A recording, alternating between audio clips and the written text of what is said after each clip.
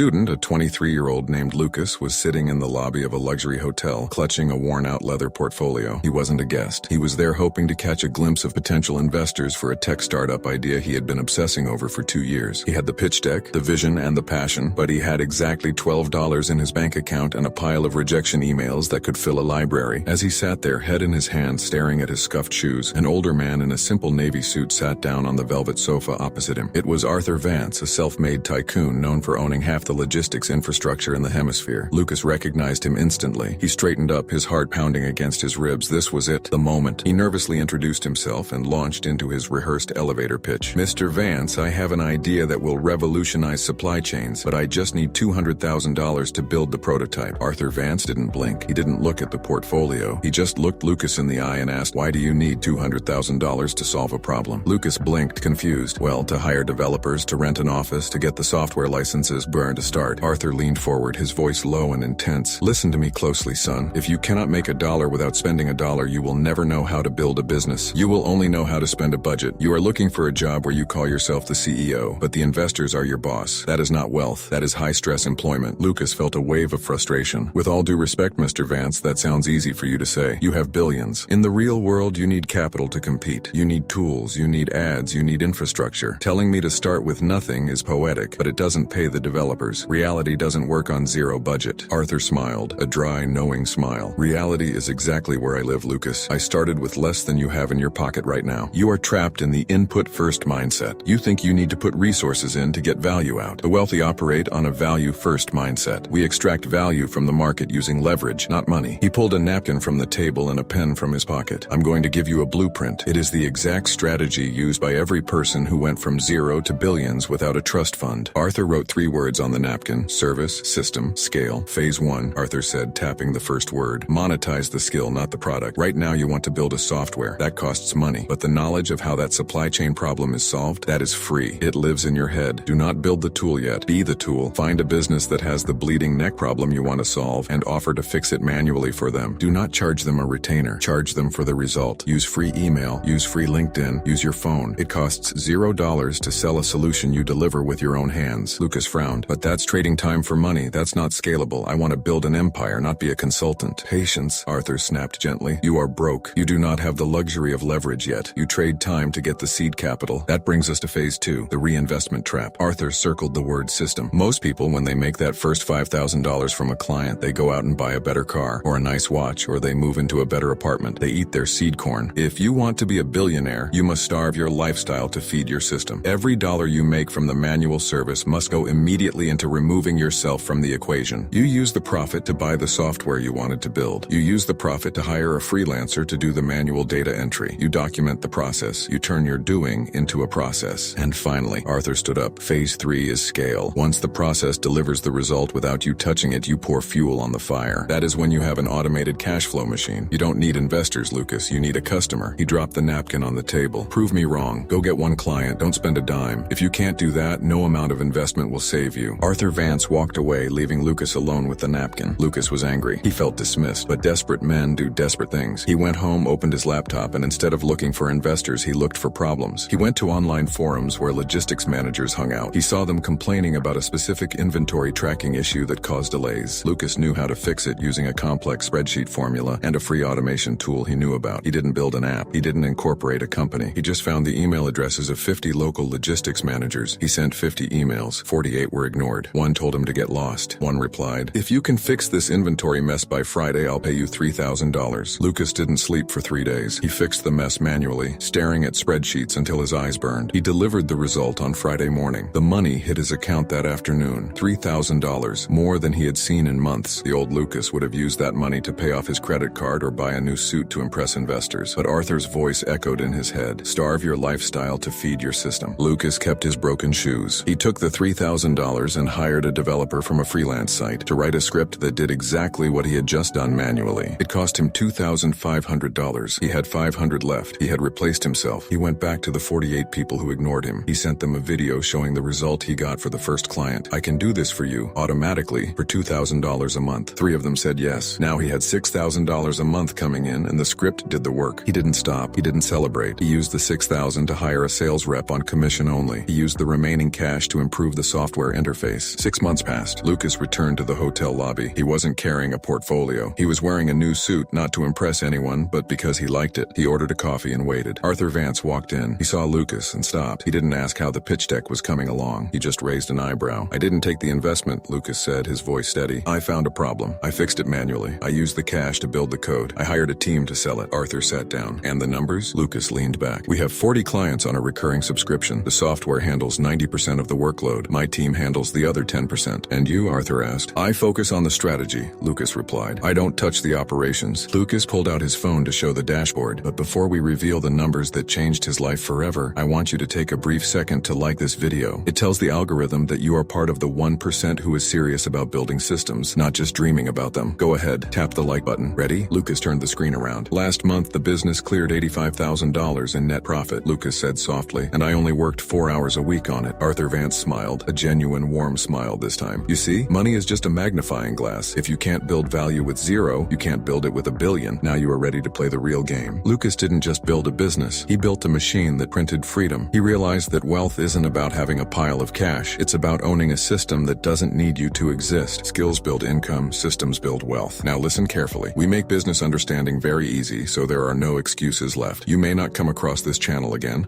so subscribe and enable the bell icon to receive all upcoming videos.